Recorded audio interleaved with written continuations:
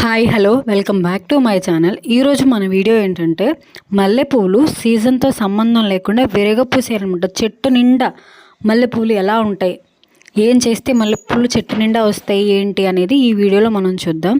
చెట్టుకి ముదిరిపోయిన ఆకులు ఉంటాయి చూసారా, ఆకులన్నిటినీ తెంపేయాలన్నమాట. దూసేయండి, ఆకులు మొత్తం దూసేసి మొత్తం ఉన్న ఆకులన్నీ తెంపేసి జస్ట్ కేవలం మూడులు మాత్రమే ఉంచండి. ఇలా చెట్టుకి ఒక్క ఆకు కూడా లేకుండా మొత్తం దూసేసిన తర్వాత ఒక 20 డేస్కి అట్లా మళ్ళీ చిగురు వస్తూ ఉంటుంది. ఆ చిగురులో నుంచి మీకు పువ్వులు పూస్తూ ఉంటాయి అన్నమాట.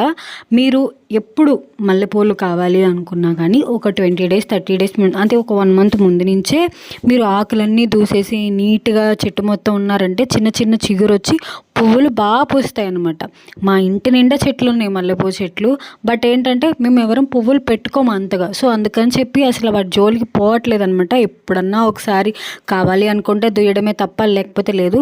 బట్ ఇంటి నిండా మాత్రం చాలా అంటే చాలా చెట్లు ఉన్నాయి మాకు, పెద్ద పెద్ద చెట్లు. ఇంటి పల్లెటూర్లలో ప్రతి ఇంటికి ఖచ్చితంగా ఒక్క మల్లె చెట్టు అయినా ఖచ్చితంగా ఉంటుంది. డబ్బులున్నా లేకపోయినా మల్లె చెట్టు మాత్రం కంపల్సరీగా అందరి ఇళ్ళల్లో ఉంటుంది. అండ్ ఈ మల్లె చెట్టును కూడా పెట్టడం అంత కష్టమేం కాదు. ఎందుకంటే ఇప్పుడు ఇక్కడ చిన్న మండు ఉందనుకోండి, దాన్ని ఇరిపేసి కూడా వేరే చోట పెడితే అది మొక్క అయిపోతుంది అనమాట. ఈ టిప్ నచ్చితే లైక్ చేయండి, వీడియో నచ్చితే సబ్స్క్రైబ్ చేసుకోండి. Thank you.